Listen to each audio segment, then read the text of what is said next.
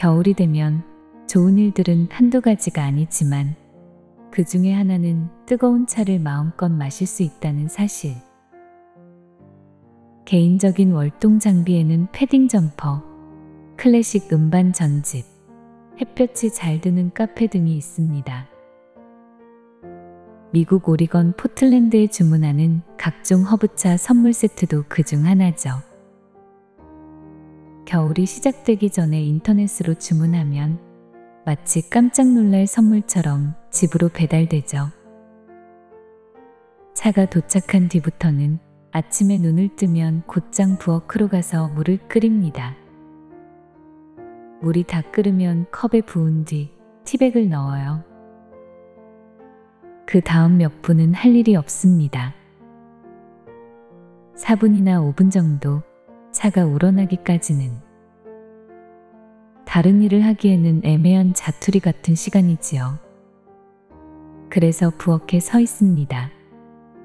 아무 일도 하지 않으면 좀 이상할 것 같아서 창밖을 내다보면서요. 보아하니 해 뜨는 시간은 점점 늦어지다가 어느 순간부터는 점점 빨라지더군요. 지난 겨울 내 인생이 마음에 들었던 순간은 그 몇 분.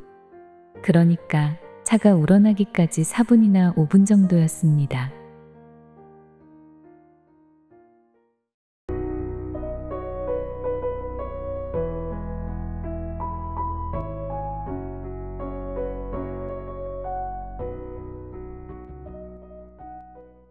매일 그리운 사람 있기에. 고향 제주도 서귀포에 어머니를 뵈러 가던 날이었습니다. 그날은 폭설이 내렸습니다. 제주시에서 서귀포로 가는 길은 산을 넘어가야 합니다. 버스는 체인을 감고 느릿느릿 한라산을 넘어서고 있었지요. 위험한 고비도 몇 번 넘겨야 할 정도로 눈이 많이 쌓여 있었습니다. 버스가 한라산 중턱쯤 다다를 때였습니다. 80대로 보이는 할아버지가 자리에서 일어나 말했습니다. 여기 좀 세워주어. 기사가 걱정하며 말했습니다. 할아버지, 오늘도 가시게요. 하루 좀 걸러도 되잖아요. 버스에 탄 사람들 중 몇 사람은 매일 같은 시간에 이 버스를 이용하는 사람들이었나 봅니다. 그 할아버지를 아는 듯 몇 사람이 말했습니다. 아유, 이렇게 눈이 쌓였는데 오늘은 좀 쉬세요. 눈이 더 내리면 어떻게 집에 가시려고 그러세요? 그러나 사람들이 아무리 말려도 할아버지는 버스를 어서 세우라고 종용했습니다. 기사는 걱정 가득한 얼굴로 어쩔 수 없이 차를 세웠습니다. 버스에서 내린 할아버지는 눈이 수북이 쌓인 길을 걸어갔습니다. 할아버지는 그 폭설이 내리는 날에 산 중턱에 내려 어디로 가시는 걸까요? 아유, 오늘 좀 안 가도 할머니가 뭐라고 하진 않으실 텐데. 아주머니 한 분이 혀를 차며 말하자 기사가 그 말을 받았습니다. 말도 마세요. 지난번에 태풍 불던 날 있죠? 지붕 다 날아가고 나무뿌리 다 뽑히던 날이요. 그날 저 할아버지 딱 혼자 이 버스에 타더니 여기서 내리셨어요. 아무리 가지 말라고 말려도 소용이 없어요. 서귀포에 도착할 때까지 버스 안의 화제는 그 할아버지였습니다. 3년 전 할머니가 돌아가신 후 할아버지는 한라산 중턱에 있는 할머니의 무덤까지 하루도 빠짐없이 찾아갔다고 했습니다. 그리움은 비가 와도 바람이 불어도 눈이 와도 휴식이 없습니다. 기다림은 만날 수 있는 그리움이지만 그리움은 만날 수 없는 기다림입니다. 그래서 기다림은 길수록 아름다워지지만 그리움은 깊을수록 슬퍼집니다. 할아버지의 그리움은 슬픔입니다. 누구의 발자국도 닿은 적 없는 하얀 눈밭에 할아버지의 발자국이 찍혔습니다. 그 발자국이 마치 천상으로 가는 지도처럼 보였습니다. 할아버지는 할머니의 산수 앞에 다다라 어떤 인사를 건넬까요? 여보, 임자 나왔어. 좀 춥지? 아, 야단 좀 치지 마. 집에 있으면 더 괴로우니까 왔지. 임자를 하루라도 안 보면 내가 못 살 것 같으니 왔지. 눈은 그칠 줄 모르고 더 펑펑 쏟아지는데 폭설 속으로 사라진 할아버지 걱정으로 사람들 표정이 어두웠습니다. 우리 걱정을 달래듯 기사가 말했습니다. 돌아오는 길에 할아버지 태우고 갈 테니 걱정들 마세요. 마음이 깜깜해지면 언제나 등불을 환하게 켜주던 그 사람이 이제 없다는 사실.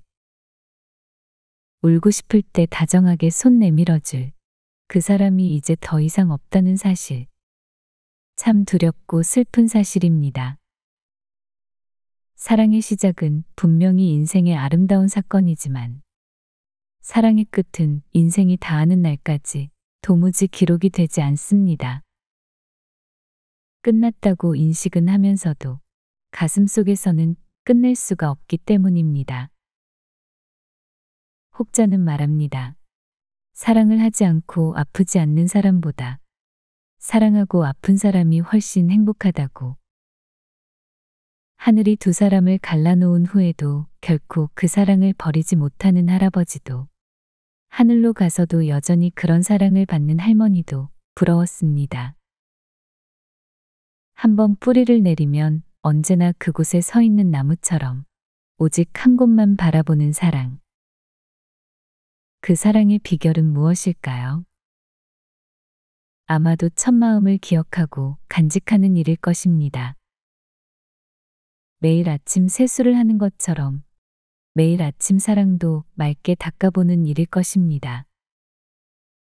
그래서 매일 새롭게 그 사람을 간절한 마음으로 사랑하는 일. 그것이 그토록 애태우며 만나기를 소망하던 그 첫 마음에 대한 예의가 아닐까요? 친구의 김장김치. 고향 친구 경순에게서 전화가 왔습니다. 김장했는데 맛있네. 갖다 주려고 하는데 집에 있을 거니? 오늘은 바빠, 오지 마. 알았어, 내가 한가한 날 말해. 며칠 후 또 전화가 왔습니다. 김장김치 너무 익으면 맛없어. 집으로 갈게. 안 돼, 오늘 방송국 가야 돼. 그러기를 몇 번 지칠 만도 한데 그냥 먹어버리든지 다른 사람 줄 만도 한데 경수는 포기하지 않았습니다. 오늘 동창 모임 오니? 갈 때 김치 갖고 갈게.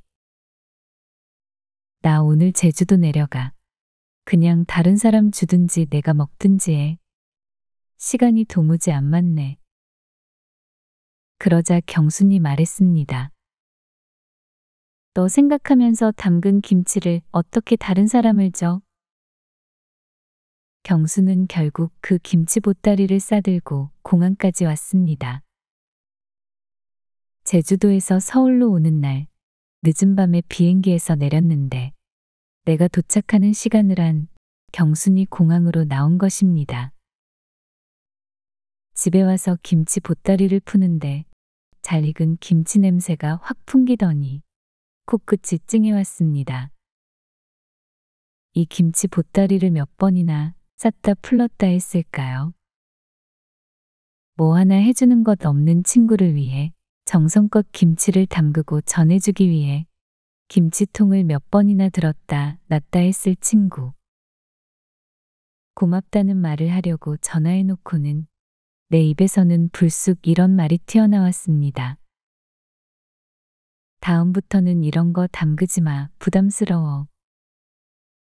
경수는 해에 웃으며 대답했습니다. 싫어, 매년 내 김장김치는 내가 해줄 거야. 그 김장김치를 먹을 때마다 뭉클합니다. 늦은 밤 김치 보따리를 두 손 가득 들고 공항에서 기다리던 경순이 떠올라서 전혀 안 매운데 자꾸 눈물이 납니다.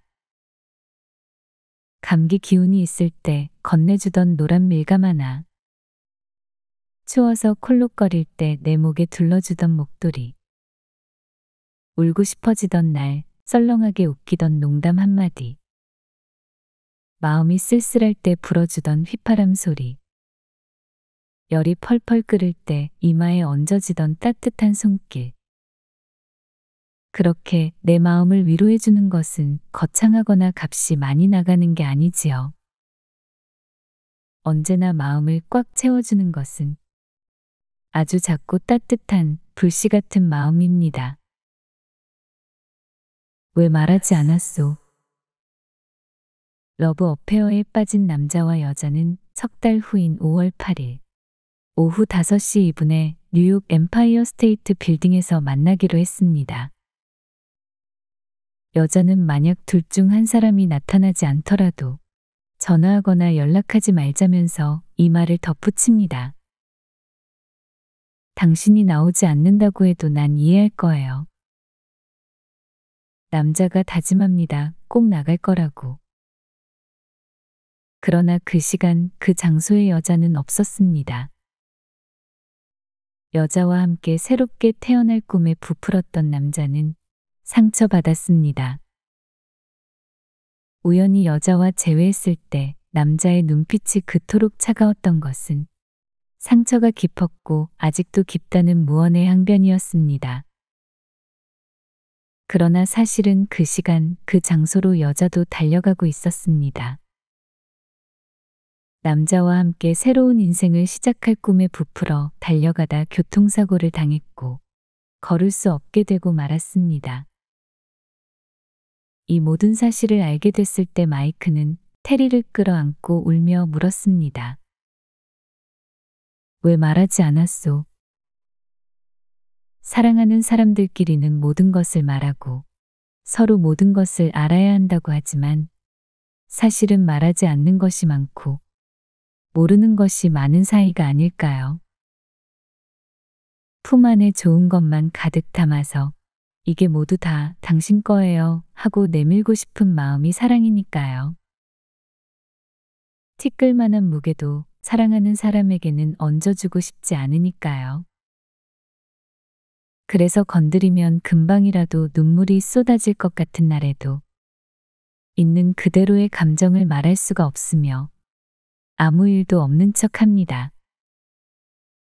사랑하는 사이에는 예외 없이 그런 날이 겹겹이 쌓여 있습니다.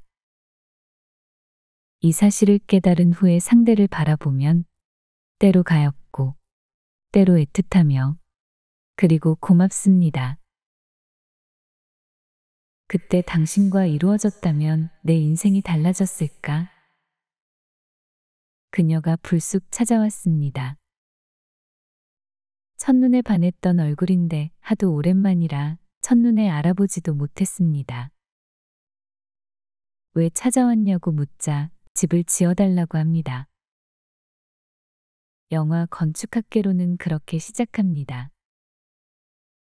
여자가 남자를 찾아온 이유가 여자 말처럼 정말 집 때문이라고는 아무도 믿지 않습니다. 여자는 남자를 그것도 15년 만에 왜 찾아왔을까요? 명치를 묵직하게 울리며 떠오르는 사람이 있습니다. 유일하게 시간이 흐르지 않고 멈춰버린 지점에 서 있는 사람. 과거의 모습으로만 머물러 있는 그 사람이 지금은 어떻게 사는지, 어떤 모습이 됐는지 궁금합니다. 그러나 정말로 궁금한 건 그 사람의 현재가 아닐지도 모릅니다. 영화 중간에 다소 생뚱맞은 장면이 있습니다. 함께 술을 마시던 남자가 여자에게 혼자 산다며 그럽니다. 그 말을 들은 여자가 남자에게 갑자기 욕을 퍼붓지요. 남자는 술주정이라 여기고 당황하는데 여자는 계속 욕을 하면서 울음을 터뜨립니다. 그건 남자가 짐작하는 것처럼 술주정이 아니라 여자가 남자를 찾아온 진심이었습니다. 그때 너랑 이루어졌다면 내 인생이 달라졌을 텐데. 왜 그때 우린 이루어지지 않았을까?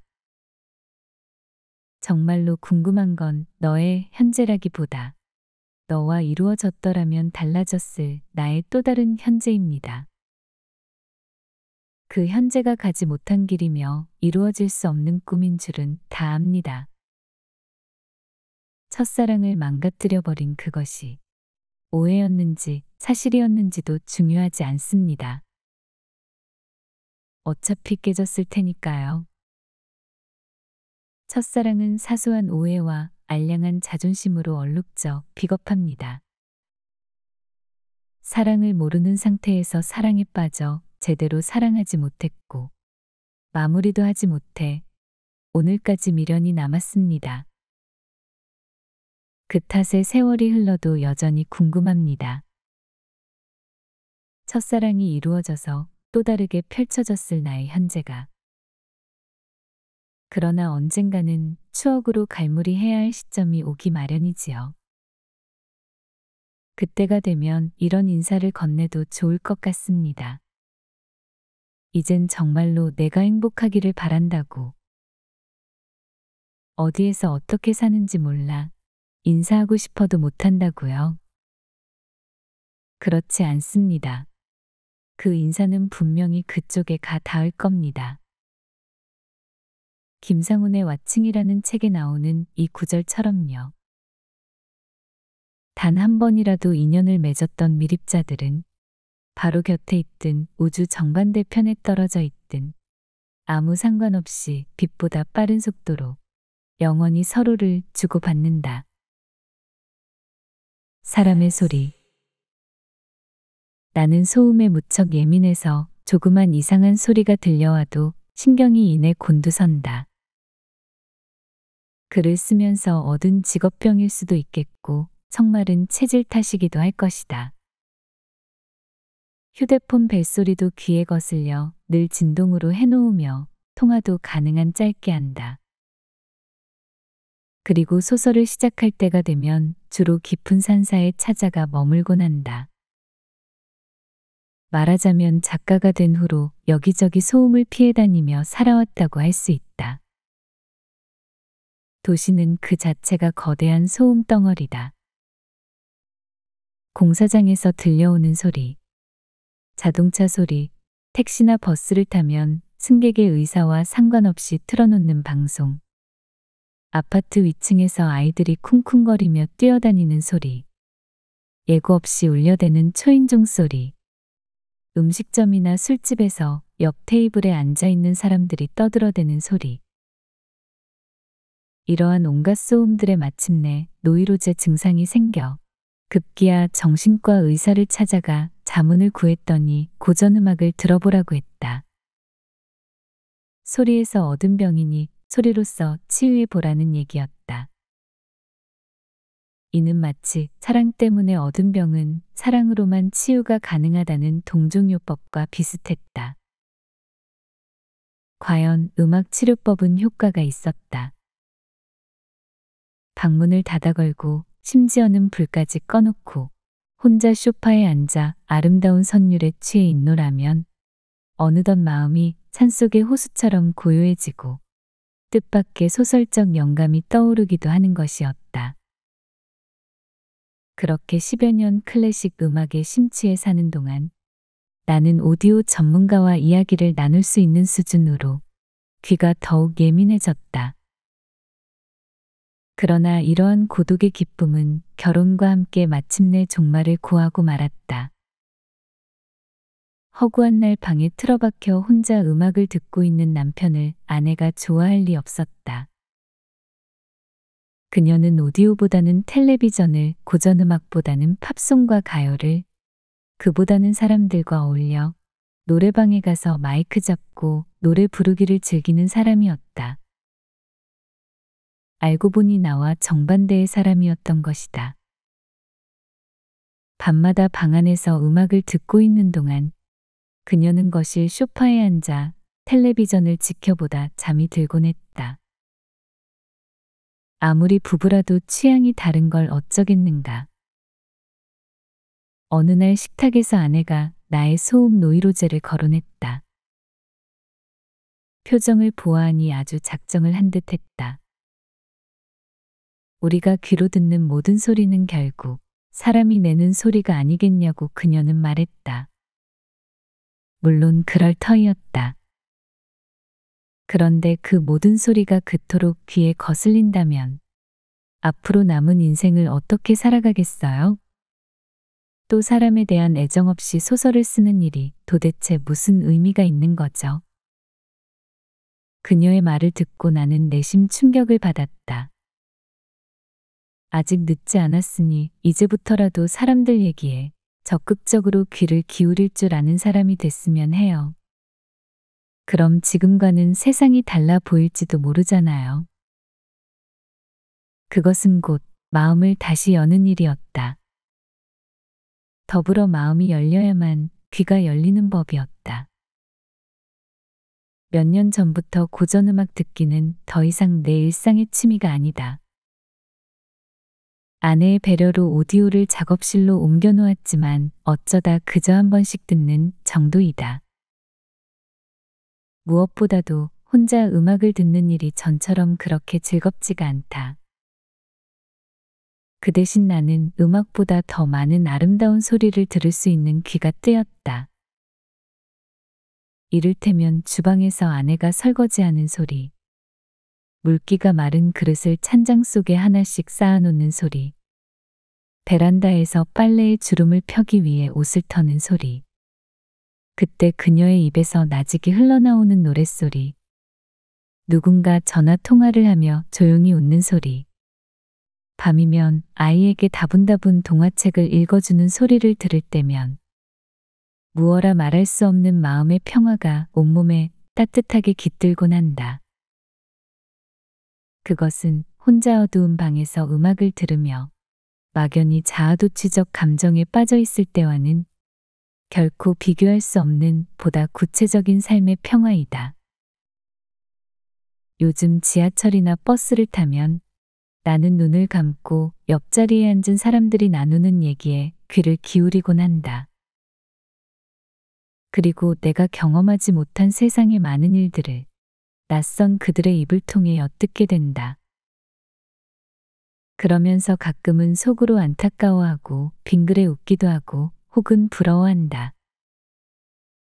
또 어떤 때는 슬그머니 놀라기도 한다. 내가 사는 것과 남들이 사는 것이 별로 다르지 않다는 사실 때문이다. 부모 자식 걱정, 집 걱정, 돈 걱정, 아내와 남편의 건강 걱정. 이를테면 누구나 똑같은 걱정을 하며 살고 있는 것이다. 그 모든 얘기들이 우리가 날마다 공유하고 사는 인생의 거룩한 일이라는 것을 나는 알게 되었다.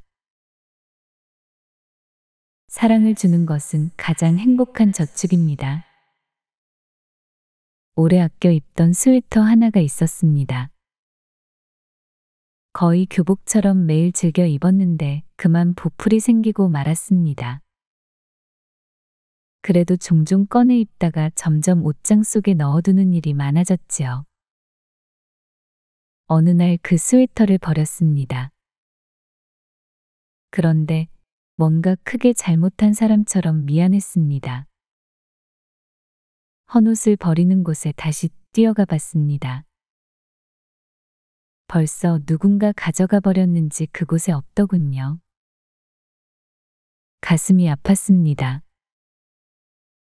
아끼던 물건에 흠집이 나서 버리고 난 후 마치 그 물건에 마음이라도 달려있는 것처럼 아쉽고 안타까울 때가 있습니다. 물건에게 대하는 마음도 그런데 정든 사람을 대하는 마음이야 더 그렇지요. 그 사람이 미워지는 순간이 올 수가 있습니다. 그 사람을 향한 마음이 이제 다했다고 느껴지는 순간이 올 수 있습니다. 그래서 어느 날 그 마음을 버릴 수도 있겠지요.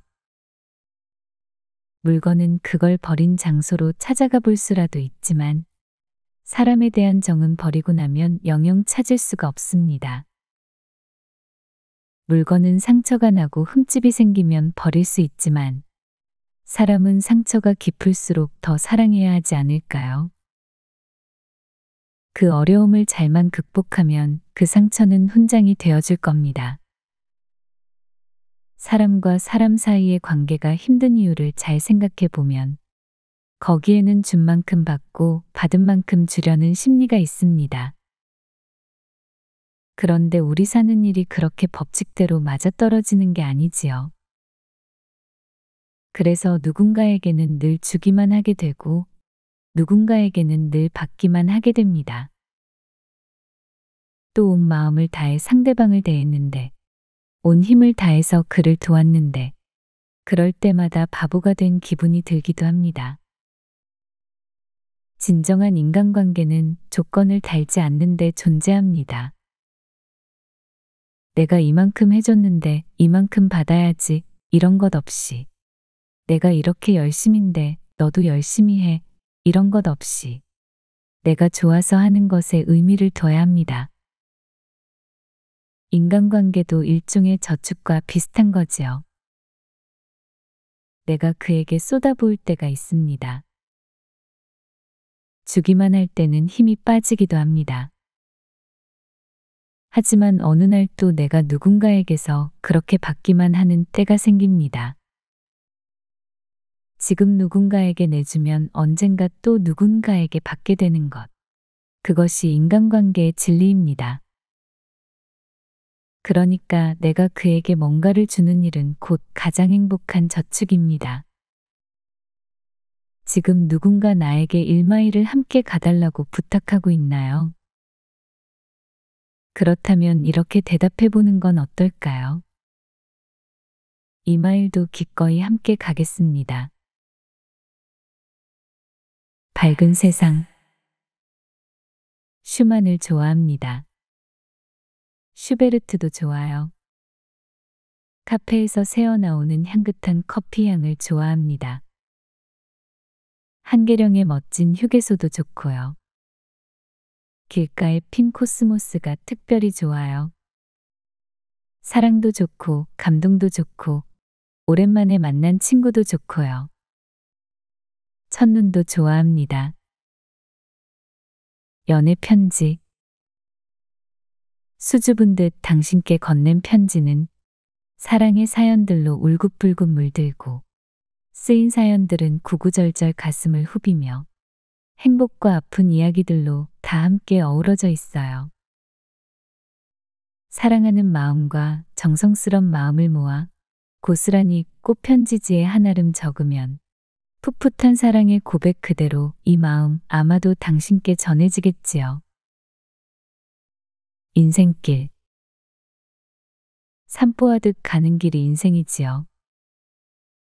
그 인생이 여유롭고 한가졌으면 좋겠습니다. 가득 피어있는 꽃향기를 맡으며 솔바람이 불어 코끝으로 살랑살랑 스며드는 화창하고 신선한 길이면 좋겠습니다. 사색도 하고 좋은 말도 많이 하고 서로에게 웃음으로 인사를 나누는 그런 의미 있는 인생이면 좋겠습니다. 가을날. 자욱한 가을 안개 사이로 풋풋한 나무향 맡으러 가자. 저 언덕 너머 하늘 끝 걸린 구름 따라 두둥실 예쁜 사연 띄워보자. 영화 같은 사랑도 우정도 좋다. 가슴 저미도록 울어도 보고 가슴 터지도록 웃어도 보고 햇살 좋은 기차역에 나가 춘천 가는 기차를 타자. 차창 밖의 풍경은 한 폭의 그림이 되고 시인의 노래가 되고 정겨운 음악이 된다. 간이역의 따뜻한 커피 한 잔. 가끔은 이런 날도 좋다. 안동 까치밥나무. 석양빛 좋은 철길 따라 산과 호수가 눈으로 달려들면 노을이 빨갛게 익어 온 산을 덮고 온통 호수도 물빛 붉게 물들었습니다. 안동역 플랫폼에 들어선 기차는 어느덧 추억 한 모퉁이로 밀어붙이고 이곳저곳 그리움이 서리지 않은 곳이 없습니다. 댐으로 올라가던 길도, 도산서원 구분길을 따라 펼쳐놓은 풍경도, 저 산 너머 구름처럼 걸린 그리움들, 까치밤나무처럼 반가운 사람이 살던 곳입니다. 보름달 뜬 호수에 핀 물안개와 선착장에서 뽑은 따뜻한 커피 한 잔. 아직도 아련한 세월의 한 모퉁이를 서성이고 있습니다. 인어공주 생각. 국민학교 4학년 때까지 우리 집은 초가였다. 어려서부터 책 읽기를 좋아했다고 말하면서도 그 초가에는 책이 없었다는 생각이 든다. 그런데도 그 초가의 다락이나 감나무 밑 헛간 속에 엎드려서 책을 읽었던 기억이 난다. 어쩌면 그건 책이 아니었는지도 모르겠다. 새농민이나 글씨도 큼직큼직했던 왕비열전 따위들이 아니었을는지. 배나무밭을 지날 때면 배를 쌌던 신문지 중에서 연재소설이 나오는 부분을 깨금발을 디뎌가며 찾아 읽었다는 생각. 그 전에 무엇을 읽었든지 간에 내 기억의 맨 밑바닥에 남아있는 책은 안데르센의 인어공주다. 인어공주를 읽고 나서 그때까지 읽었던 온갖 잡다한 이야기들을 나는 다 잊어버렸다.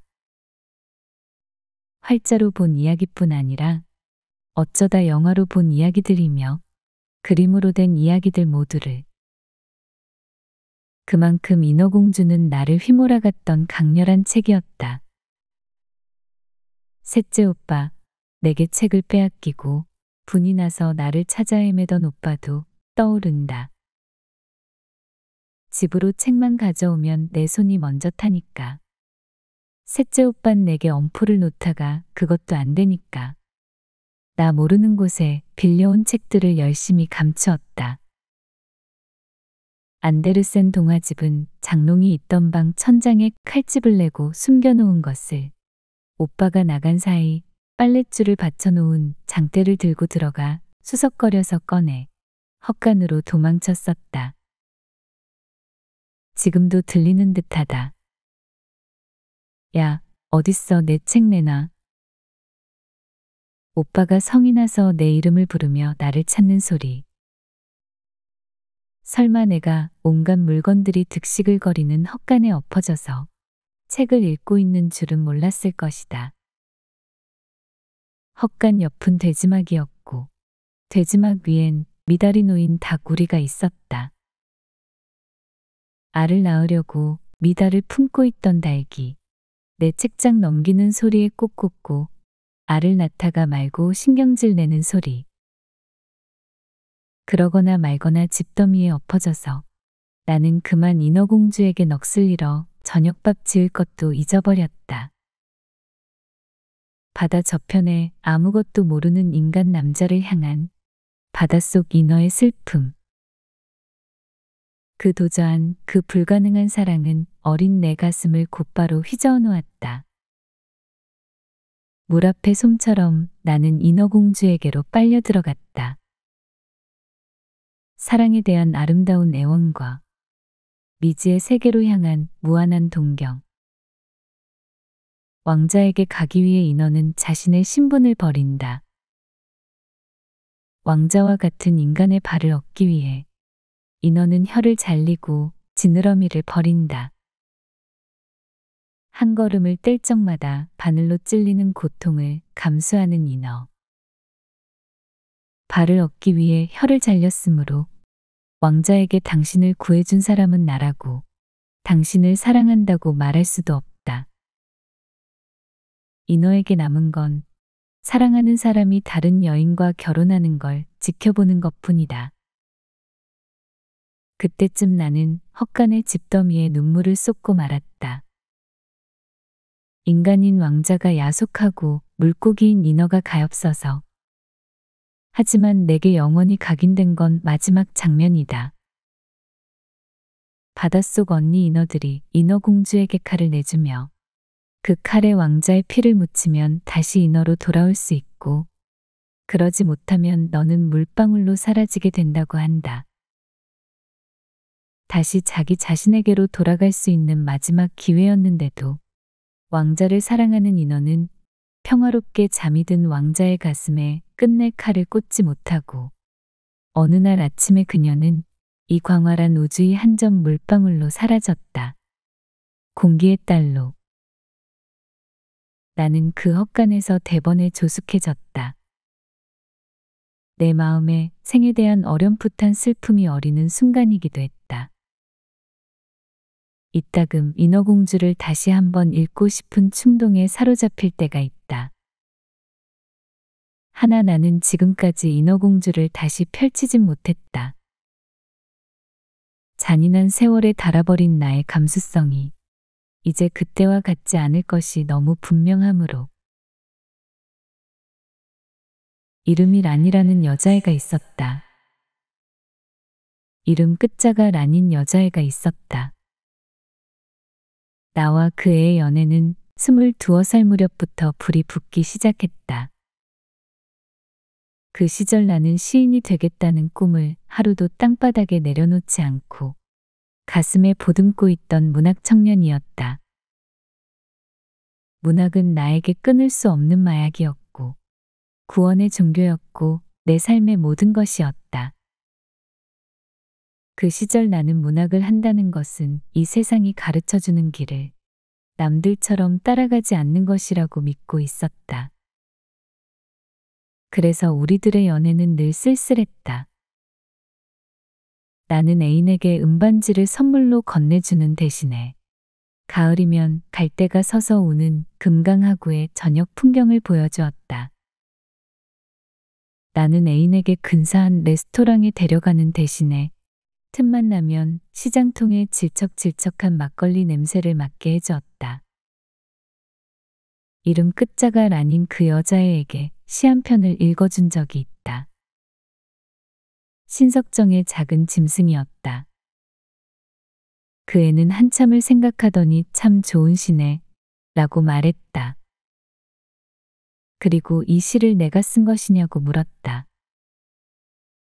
나는 한동안 그 물음에 대답하지 못했다. 내가 쓴 시가 아니라는 것을 알고 나면 그 애가 실망할지도 모르기 때문이었다. 나는 엉뚱하게 그 애한테 물었다. 우리도 작은 짐승이지. 그러자 그 애가 고개를 끄덕이는 것이었다. 그때 나는 내 마음속에 숨어있던 못된 짐승이 고개를 들고 꿈틀거리는 것을 느낄 수 있었다.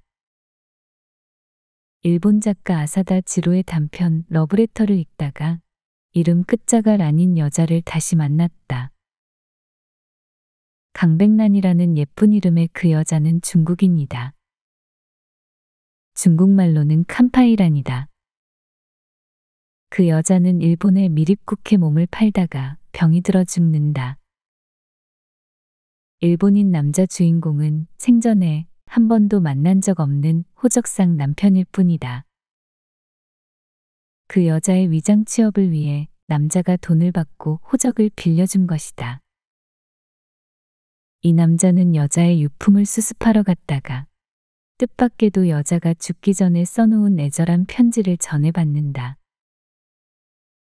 그 러브레터에는 만나본 적도 없는 남자에 대한 그리움, 미안함, 고마움이 서툰 일본말로 깨알같이 적혀 있다. 편지를 통해 남자는 그 여자의 진심을 서서히 깨닫게 된다. 그리하여 그 여자를, 이미 죽어버린 그 여자를 사랑하게 된다. 강백란, 칸파이란. 소설 속의 그녀도 순하디순한 작은 짐승이었다. 지금 연애에 빠져있는 사람들에게 말하고 싶다. 사랑하는 사람에게 이 시를 한번 읽어주지 않겠느냐고. 굳이 이름 끝자가 란이 아니더라도 영이거나 숙이라고 하더라도 사랑하는 사람에게 시 한 편 읽어주는 사랑을 좀 해보자고. 영희와 나는 산에서 바다를 바라다 보는 것이 좋았다. 숙이와 나는 산에서 바다를 바라다 보는 것이 좋았다. 그 구닥다리, 그 고색창연한 사랑법이 때로는 사람과 사람 사이에 없던 다리를 놓고 이미 놓인 다리를 더 튼튼하게 만들지도 모른다. 시는 사랑의 열정을 퍼올리는 펌프이니까. 그래, 시 읽기는 펌프질이니까. 부디 연애 시절에 사랑하는 사람에게 시 한 편 읽어주지 않은 사내하고는 다시 만나지 말기를.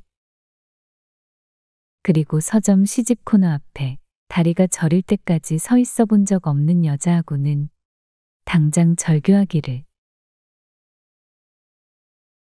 사랑한 뒤에 제이 그대가 보내주신 손수건을 받았습니다. 고운 면의 감촉이 어여뻐서 몇 번이나 잘 접어 제 볼에 대어보았습니다. 이별의 뜻은 아니라고 당신은 몇 번이나 말씀하셨지요. 그런데 왜 손수건이 이별의 선물인지 혹여 당신은 아시나요? 예전에 트윈폴리오라는 듀엣이 부르던 노래 하얀 손수건도 헤어지자고 하얀 손수건을 보내오는 것으로 시작하는데 나중에 생각해보니 울면서 가라는 이야기가 아닌가 싶어서 좀 우습기도 하고 고개가 끄덕여지는 점도 있고 그랬습니다. 눈물이 날 테니까 닦아라 라는 의미도 있지만 비약하면 제가 울지 않고 백이나 보자는 고차원적 복수가 아닐까요? 소월의 시 진달래꽃을 생각해봐도 나 보기가 싫은 것도 아니고 역겨워서 가는 님에게 진달래꽃을 뿌려주겠으니 사뿐히 지려밟고 가라는 말은 요즘 아이들이 좋아하는 쿨을 넘어서 엽기에 가까운 것이 아닌가 싶은 생각이 듭니다. 말이 사뿐히 지려밟고지 사실은 그 꽃잎을 짓뭉개고 가야 하는 것이잖아요. 더구나 붉은 그 꽃잎이 밟히면 나오는 빨간 진액을 생각하면 가는 사람 입장에서는 차라리 가겠다는 사람 뺨을 때리는 것이 나은 게 아닌가 하는 생각이 드는 것은 저만의 공상인가요? 요즘은 당신이 보내주신 그 손수건을 가지고 다닙니다. 몇 년 만인지 모르겠어요. 곰곰이 생각해보니 그동안은 자동차 안에 널린 게 주유소에서 주는 휴지라 굳이 손수건이 필요하지 않았고 손수건으로 땀을 닦거나 할 만큼 무언가를 위해 뛰어본 적도 없고 집 밖에 나가 눈물을 흘릴 만큼 감성적인 삶을 살지도 않았다는 이야기도 되더군요. 이번 여름 다시 지니고 다니게 된 손수건. 약속 장소에 조금 일찍 도착해 친구를 기다리고 있다가 더워서 꺼낸 손수건엔 생각보다 많은 친구들의 얼굴이 떠오르고 있었습니다. 여자친구들의 손수건은 언제나 학교의 화장실 수도가 같은 것과 연관이 있었고 또 그건 대개 핸드백에서 꺼낸 것이라서 기억이 좀 평이하긴 합니다. 문제는 누런 손수건, 많이 빨아서 풀기는 다 날아가고 별로 비싼 것도 아니고 그런데 따뜻했던 손수건이 떠오른 것이지요. 그것은 대개 남자친구들의 손수건인데 남자들의 손수건은 대개 바지 호주머니에서 꺼내지는 것이라 체온이 묻어있기 십상이지요. 아주 오래전 새벽 무렵 어떤 술집에서 난데없이 울고 있는 저에게 건네졌던 그 손수건이 떠올랐습니다. 10년도 더 된 어느 겨울날 남들 앞에서 웬만하면 그런 기억이 없는데 그날은 어느 순간 제가 울기 시작했던 것 같습니다. 다른 사람도 그러는지 모르겠지만 저는 한 번 울면 눈보다는 코에서 물이 더 많이 흘러내리는 편이라 그날 그가 건넨 손수건을 들고 코도 풀어도 돼? 하고 물었던 것 같습니다. 울고 있는 여자한테 코 푸는 건 절대 안 돼 라고 할 남자는 없겠으니 그 역시 그러라고 했던 것인데 헤어질 때까지 제 울음이 그치지 않는 바람에 저는 콧물로 범벅이 된 그 손수건을 집으로 가지고 왔습니다. 집으로 와서 고마운 마음에 그 손수건을 잘 빨아 다림질까지 해서 돌려주려고 했는데 대체 그게 누구의 것인지 생각이 나지 않는 것이었어요. 술 취해 울던 기억을 공개하며 이거 나한테 준 사람 손 들어봐요. 할 수도 없었고 나와 함께 술을 마신 사람이니까 내 주변 사람이긴 한데 손수건을 건네던 손만 떠오르고 그게 누군지 떠오르지 않는 것이었습니다. 그래서 하는 수 없이 그 손수건을 제 서랍에 그냥 넣어두고 말았죠. 어릴 때 저와 함께 방을 쓰던 언니가 울고 있던 기억이 납니다. 중학생인 저에게 너 술 마실래? 하고 묻더군요. 가만히 고개를 끄덕였더니 포도주를 한 잔 따라주었습니다. 그러고는 트윈폴리오의 노래를 틀었지요. 하얀 손수건이었던 것 같습니다. 당신은 그 노래가 전국에서 울려 퍼지던 시절이었으니까요. 언니가 잠든 다음 언니의 책상을 지나가는데 낙서에 이런 구절이 쓰여 있더군요. 우리 사랑 이제 모두 끝났으면 만사를 끝내자, 아주 끝내자. 나 지금까지 그대의 애인이었으니 몸을 굽혀 새삼스레 친구일 수야 없다. 언니가 누구하고인가 헤어졌구나 생각했지요. 헤어진 다음 이런 구절을 써놓은 것이 어린 마음에 멋있었습니다. 아주 끝내버리는 것 말입니다. 왠지 깔끔하고 쿨하고 멋있게 보였던 것이지요. 그런데 훗날 저는 이 구절 때문에 정말 좋은 남자 친구들을 많이 잃게 됩니다. 애인은커녕 그런 기미만 보여도 안 돼 하고 매정하게 혼자서 오버를 해버렸으니 친구들하고 그만 서먹해져 버린 거지요. 설사 그가 애인이었다 해도 애인이었던 사람이 친구가 되면 안 된다고 누가 법률로 정해놓은 것도 아닌데 말입니다. 헤어진 옛 애인과 친구가 되고 이혼한 남편과 친구가 되는 것. 그것이 왜 그렇게 어려운 일인지 모르겠습니다. 저도 아직 해내지 못하고 있으니까요. 관계가 더 악화되기 전에 그대가 나쁜 사람이어서가 아니라 단지 내 애인이나 남편으로서 그 역할에 맞지 않아서 헤어지는 것이 성숙한 이별이라고 심리학자들은 말하더군요. 처음에는 좀 무책임한 것이 아닌가 생각했습니다만 성숙이라는 말에는 동의했습니다. 만사를 끝내버리는 것, 깨끗이 구질구질하지 않게 끝내버리는 것. 이것이 제가 좋아하는 것이었는데 이제는 그런 저 자신을 되돌아보게 됩니다. 다른 건 몰라도 인간관계에서 그것은 좋은 일이 아닐지도 모른다는 생각을 하게 된 것이지요.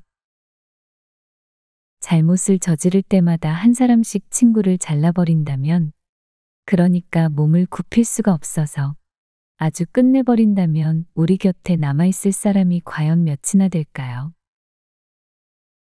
봐주어라 라는 말은 어머니가 제일 많이 쓰시던 말씀이었습니다. 서로 봐주니까 우리는 살아있는 거라고. 그런 게 가족이고 친구고 사랑이라고 어머니는 늘 말씀하셨습니다. 그런 어머니를 저는 별로 달가워하지 않았습니다. 정의도 없고 교훈도 없는 것 같아서 말입니다. 그런데 어느 순간 저는 어머니의 말씀을 다시 생각하고 있습니다.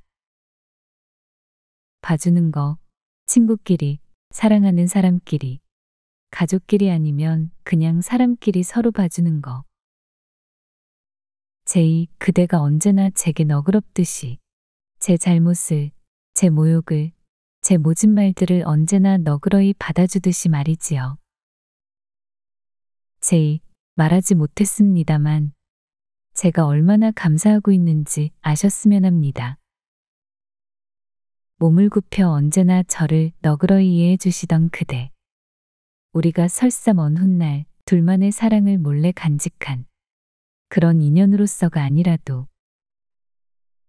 제이, 나는 그대와 친구하고 싶습니다.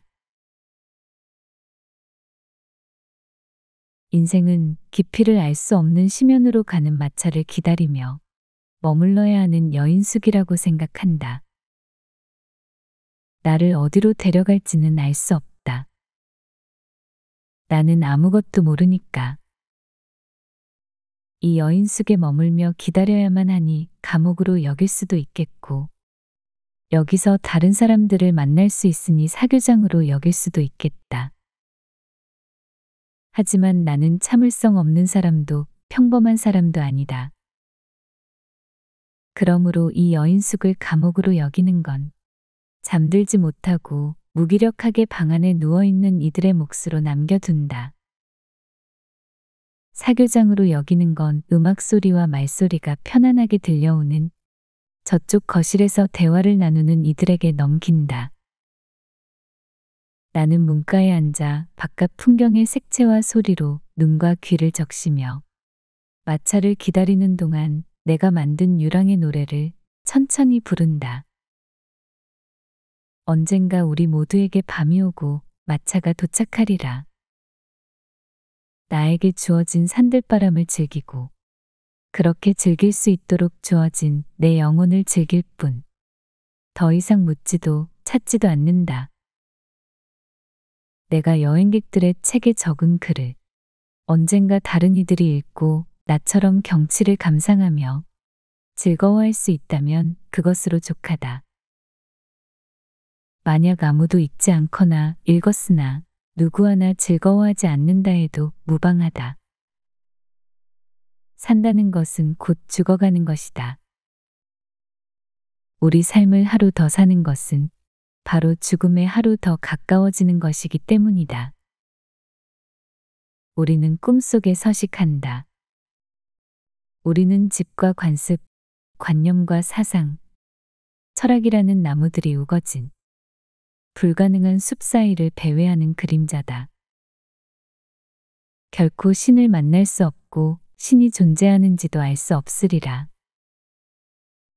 이 세상에서 저 세상으로, 이 생에서 저 생으로 언제나 우리를 달래주는 환상과 우리를 어루만져주는 착각 속을 건너다닐 뿐이다.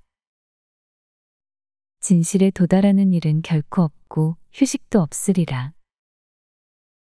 절대로 신과 일체가 될 수 없으리라. 온전한 평화를 누리는 일은 결코 없고 항상 약간의 평화 그리고 평화에 대한 갈망이 함께하리라.